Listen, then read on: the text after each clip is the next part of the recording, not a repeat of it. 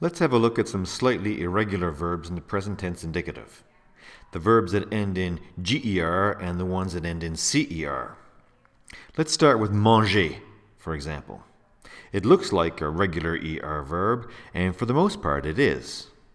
The root of the conjugated form is still the part of the infinitive to the left of the er ending. Let's set out our grid with the subject pronouns.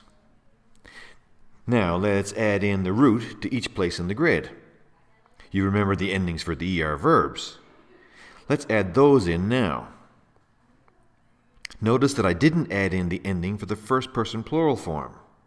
The reason I didn't is because I can anticipate a problem with pronunciation if I just add the ons ending.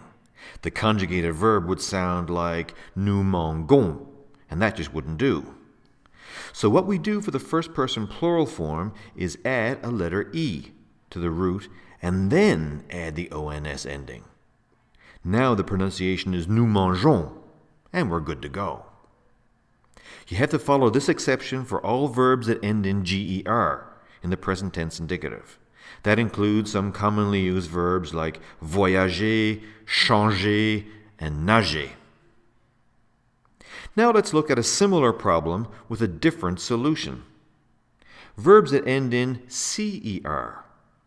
Let's use commencer as an example.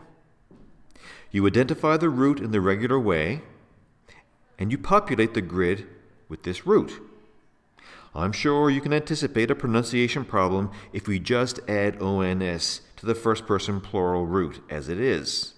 We don't want our conjugated verb to sound like nous commençons. So we solve this problem in a different way than the verbs that end in ger.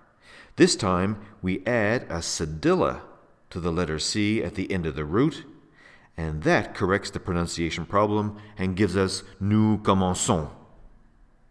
You have to follow this exception for all the verbs that end in cer in the present tense indicative. That includes some commonly used verbs like avancer and lancer.